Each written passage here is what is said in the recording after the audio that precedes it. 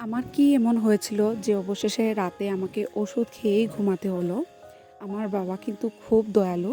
আর ওনার দয়ার কারণে কিন্তু আমরা মাঝে মধ্যে বিপদে পড়ে যাই। রাত 1:30 বাজে, তখন আমি রান্নাঘরে। এত রাতেই কেন রান্না করছি, সব কিছু নিয়েই থাকছে আজকের ব্লগ।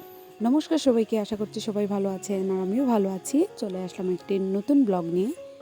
আজকের ব্লগটা থাকছে রান্না বান্না নিয়ে ঠিকই, কিন্তু কথা বলবো অন্য টপিকে।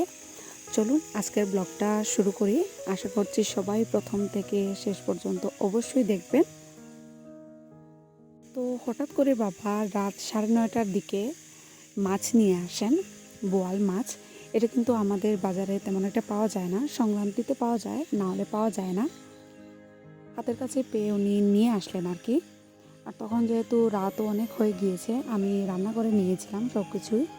তারপর বাবা আসার পর আমি সবাইকে খেতে দিয়ে দিয়েছিলাম। ভাবলাম সব কিছু আগে করে নিলে তারপর রান্নাটা তাড়াতাড়ি করতে পারবো।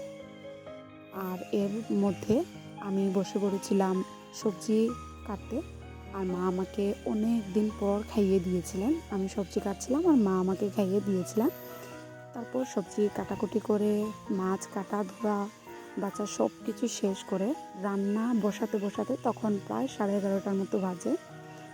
আর এই তো দেখতে পেলেন, প্রথমে আমি মাছ ভাজা করে নিয়েছিলাম আর পাশের চুলায় আমি কিন্তু পেঁপে সিদ্ধ করেছিলাম বাবার জন্য। বাবা পেঁপে মাখা খেতে চেয়েছিলেন তাই। তারপর ওইগুলো করে আমি বসিয়ে দিয়েছিলাম তরকারি। আজ হবে আলু টমেটো দিয়ে পাতলা ঝোল। আর পাশে বসিয়েছি পেঁপে ভাজি, মা বলেছিলেন করার জন্য, তাই আর কি। মা মানা করছিলেন যে আজ রেখে দে, কাল না হয় করবি। কিন্তু আমার কাল কলেজ আছে, একটা দরকার আছে কলেজে, প্র্যাকটিক্যাল ক্লাসের ডেট আছে। আর আমাদের ডিপার্টমেন্টের এইচওডি আমাদের খুব প্রিয় শিক্ষক, ওনার ফেয়ারওয়েল আছে, তাই আর কি যেতেই হবে আমাকে। তাই ভাবলাম ঘুম থেকে উঠে তো এত কিছু করা সম্ভব নয়। আর যেহেতু বাবা এত রাতে মাছ নিয়ে এসেছেন, তো এখন বলি কেন বললাম বাবা দয়ালু। আমার বাবার কিন্তু দয়া অনেক বেশি। মানে কেউ যদি কিছু বিক্রি করতে না পারে, ধরুন এটা সবজি হোক, মাছ হোক কিংবা মাংস, আমাদের বাজারের কথা বলছি, উনি ওটা নিয়ে আসেন রাতে আসার সময়। মানে ওনার মনে হয় ওরা তো ব্যবসায়ীরা টাকা দিয়ে কিনে আনে, তাহলে এটা যদি ওরা বাড়িতে ফিরিয়ে নিয়ে যায় তাহলে ওদের লস হয়ে যাবে, পুরোটা দিন কষ্ট করে বসলো, এটা ওনার কাছে মনে হয়। তাই উনি নিয়ে আসেন। এমন না যে ব্যবসায়ীরা আমার বাবার কাছ থেকে টাকা কম রাখে কিংবা বলে আচ্ছা ঠিক আছে দাদা আজকে টাকা অর্ধেকে নিয়ে যান, কিংবা এত টাকা কম রাখবো আমি, নিয়ে যান সবজি মাছ, এরকমটা হয় না। আমার বাবা পুরো দামে এই নরম সবজি, নরম মাছ, মাংস কেটে রাখা, আগের কেটে রাখা মাংস নিয়ে আসেন। এটা আমার কাকু আমাদের নিয়ে বা আমার মাকে নিয়ে খুব মজা করতেন যে আমার মা পচা সবজি খান বলে। মানে আমার বাবা তো এরকম সবজি নিয়ে আসতেন। এটা আবার সবসময় না, কিন্তু বাবা যখন রাতে বাজার করেন ওদের কাছ থেকেই বেশি বাজার করার চেষ্টা করেন, যারা বিক্রি করতে পারেনি, মানে ওদের লস না হোক, এটা বাবা চান। আর এটা কিন্তু আমাদের অনেকটা বিপদ হয়ে যায় বলতে, আগে মার হতো এখন আমার। যেমন ধরো আজকে এই মাছটা বাজি করতে আমার যে এত কষ্ট হয়েছে কি বলবো, মাছ একদম নরম হয়ে গেছিলো, পুরো ভালো ছিল। মানে বরফে মাছ থাকে তো, তা বরফটা যখন সরে যায় কেটে যায় তখন কিন্তু মাছটা নরম হয়ে যায়। এটা ভাজি করা অনেকটাই কষ্ট, এতটাই কষ্ট হয়েছিল মাছ ভাজি করতে, কয়েকটা মাছ তো একদম ভেঙে চুরে শেষ। আর এই তো আপনাদের সাথে গল্প করতে করতে রান্না করেছি, আমার রান্না হয়ে গিয়েছে। এখন বলি আরেকটা গল্প। আমার এই রান্নাবান্না শুরু হয়েছিল আমি যখন মাধ্যমিক দিয়েছিলাম, তারপর তখন কিন্তু আমার মা প্রথম অসুস্থ হন। এর মধ্যে বলে দিই, আজকে টক রান্না করছি মাছের মাথা দিয়ে, এটার রেসিপিটা বলি। প্রথমে সরষের তেল দিয়ে নেবেন, তার মধ্যে আমি দিয়ে দিই 1 চামচ রসুন কুচি। এটা কিন্তু সিলেটিদের অত্যন্ত প্রিয় একটা খাবার, মাছের মাথা দিয়ে টক। তারপর ভিজিয়ে রাখা বড়ই আর আমশিকে আমি ভিজিয়ে রেখেছিলাম কিছুক্ষণ, এই জলটা দিয়ে সাথে পরিমাণ মতো নুন আর হলুদ দিয়ে ঢেকে দিব। তারপর যখন ভালো করে জাল উঠে যাবে তারপর মাছের মাথা দিয়ে আরও কিছুক্ষণ জাল করে দিলেই তৈরি।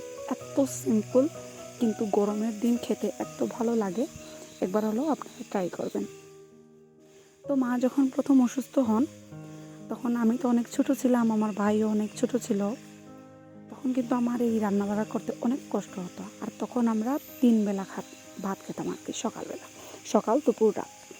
তখন মধ্যে মধ্যে আমার যেন সকালে ঘুম থেকে উঠতে না হয় তাড়াতাড়ি, কিংবা এত কাজ সকালে না করতে হয়, আমি রাতে সবার খাওয়ার পর সবজি কেটে ধুয়ে বেছে রাতেই রান্না করে রাখতাম। আর তখন আমার মা এতটাই অসুস্থ ছিলেন যে উনি আমাকে সবজিও কেটে দিতে পারতেন না, পুরো বিছানাতে ছিলেন আর কি। তারপর এই তো গল্প করতে করতে আমার সব কাজ শেষ। এই গল্পটা না হয় আরেকদিন আপনাদের সাথে শেয়ার করব। মনে হলে কিছুটা খারাপ লাগে, কিছুটা না, অনেকটাই খারাপ লাগে। আর মাঝে মধ্যে ভাবি যে অনেক খারাপ সময় আসে অনেক কিছু মানুষকে শিখিয়ে যাওয়ার জন্য। আমাদের জীবনেও হয়তো বা তাই এসেছিল এই খারাপ সময়টা।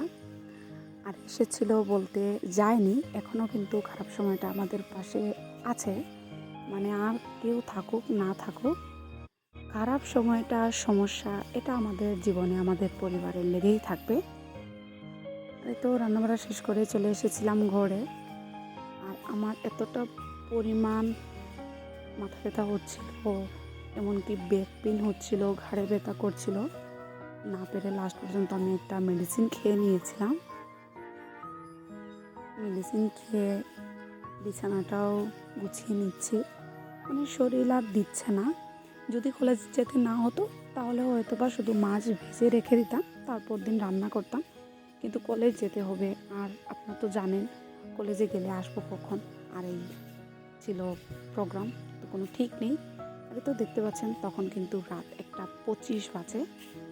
আমি এখনও এখানে বসে আছি। তারপর কিন্তু ওই দিন রাতে আমি একদম ঘুমাইনি, পরদিন ভোরবেলা ঘুমিয়েছিলাম। আর তারপর আবার উঠেও পড়েছিলাম তাড়াতাড়ি তাড়াতাড়ি উঠে স্নান টান করে খাওয়া দাওয়া করে এই তো রেডি হয়ে পড়েছি ফেয়ারওয়েলের প্রোগ্রামে যাওয়ার জন্য। আর এই ফেয়ারওয়েলের প্রোগ্রামের ভিডিওটা আমি অন্য একটা ব্লগে শেয়ার করব, অবশ্যই দেখবেন। তারপর ঠিক সন্ধেবেলা একদম বৃষ্টিতে ভিজে আমাকে বাড়ি ফিরতে হয়েছিল। তাহলে ব্লগটা আজ এখানেই শেষ করছি। আশা করছি সবার ভালো লেগেছে।